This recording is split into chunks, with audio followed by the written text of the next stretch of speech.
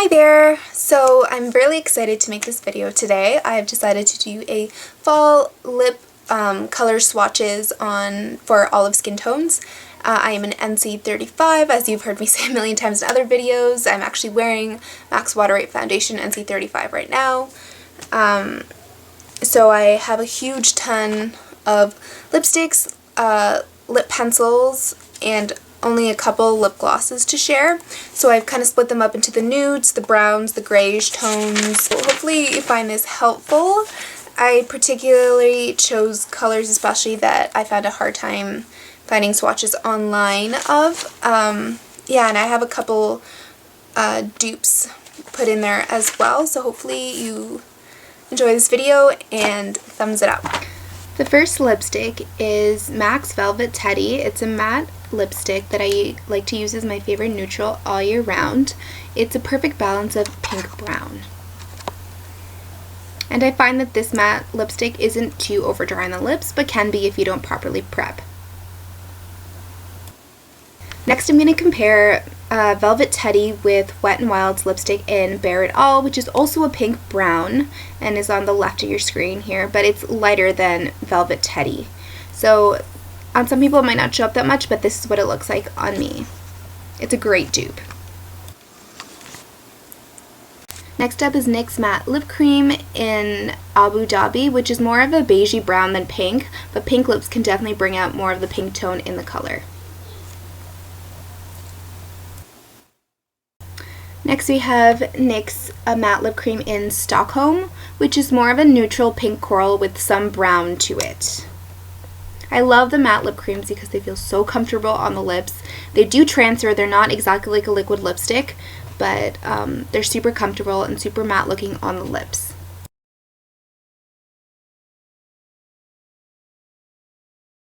Next up is MAC's Satin Lipstick in Cherish.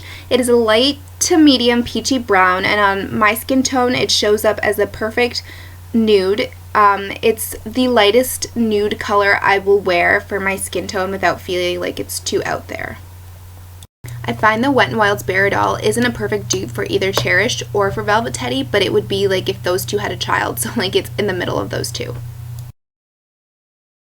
Here we have Milani's matte lipstick in the shade Matte Naked. It's an interesting color. It's also a pink brown. I almost thought it was going to be a Velvet Teddy dupe, but it has a little bit more of like a plum mauve to it that makes it really beautiful to wear and goes with any sort of eye makeup look or whatnot. It's also a matte formulation as well.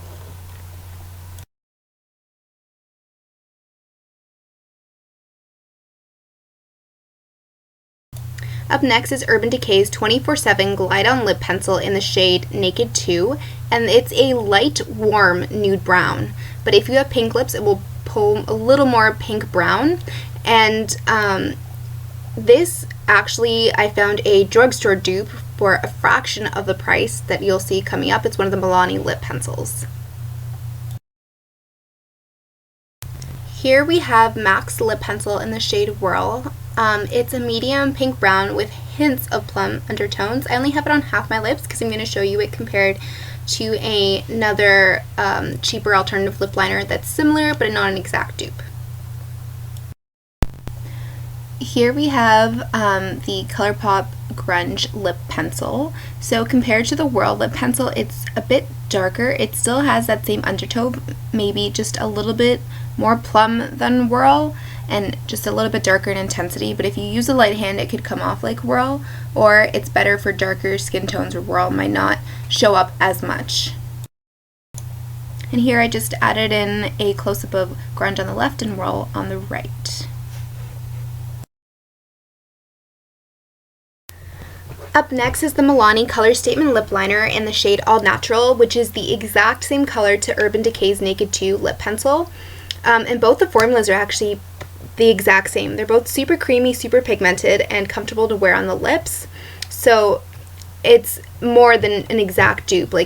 Well, not more, but it is an exact dupe.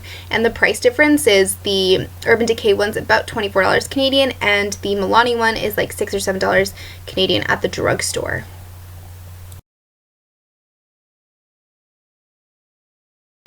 So up next is Milani's Color Statement Lip Liner in the color Spice. So I don't own MAC's Spice pencil in order to compare it with that, but you can let me know if it is similar or not. So the color of this one is just a much warmer brown than any of the other browns I've shown, and it has some hints of pink and some hints of almost terracotta color, so it has some orange undertones as well. It's just a beautiful color, beautiful warm color. It just reminds you of cinnamon, nutmeg, that kind of thing. So there it is on my arm. And again, super comfortable to wear, super creamy, super pigmented. Up next is NYX Slim Lip Pencil in the shade Natural, which, in order to describe the color, it's a pink brown. It's the exact same shade as Velvet Teddy. If Velvet Teddy was a lip pencil, it would be NYX Natural. So I highly recommend that you get this color. The formula is very matte. It's so similar to the MAC lip pencils. They're not as creamy as some of the other lip pencils that I've mentioned in this video.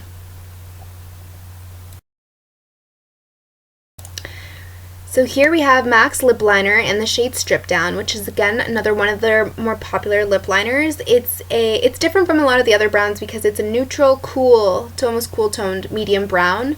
So it really stands on its own, and I haven't been able to find other dupes for this, but it really, because of its cooler tone, it really helps sort of cheat your natural lip line if you did want to overdraw your lips. But yeah. Here we have a Sonia Kashuk lip gloss. So we had these available in Canada and Target when we had Target, before Target made its very swift departure, and I got this as a gift. I tried it on. It's a really pigmented pink brown lip gloss, so it goes perfect with any of the above pink brown sort of colors. It just maintains that undertone and adds some gloss if you're into glossy lips, which I'm not really, so.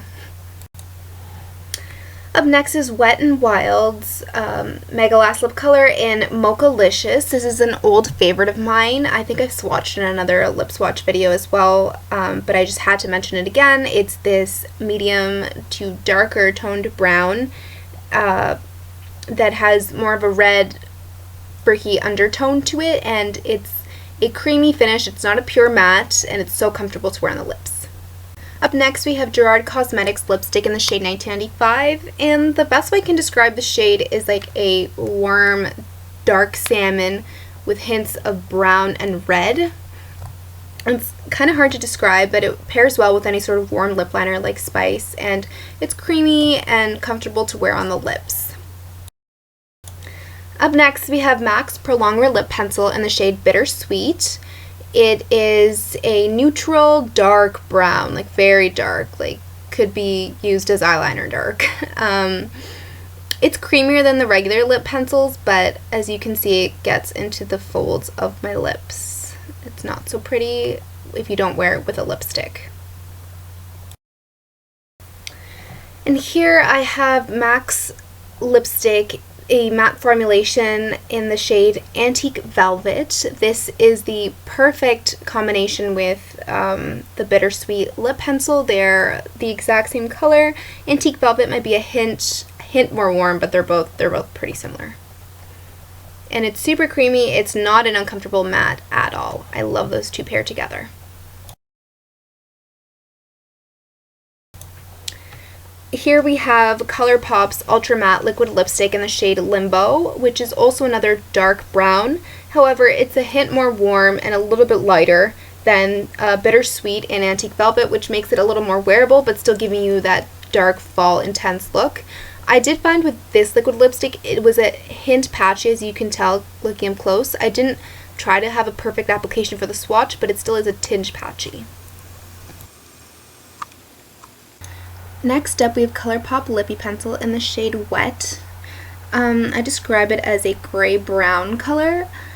It isn't as gray as the lip swatches on video here will show, and same with MAC Stone, which is going to be up next, but it definitely is a gray color.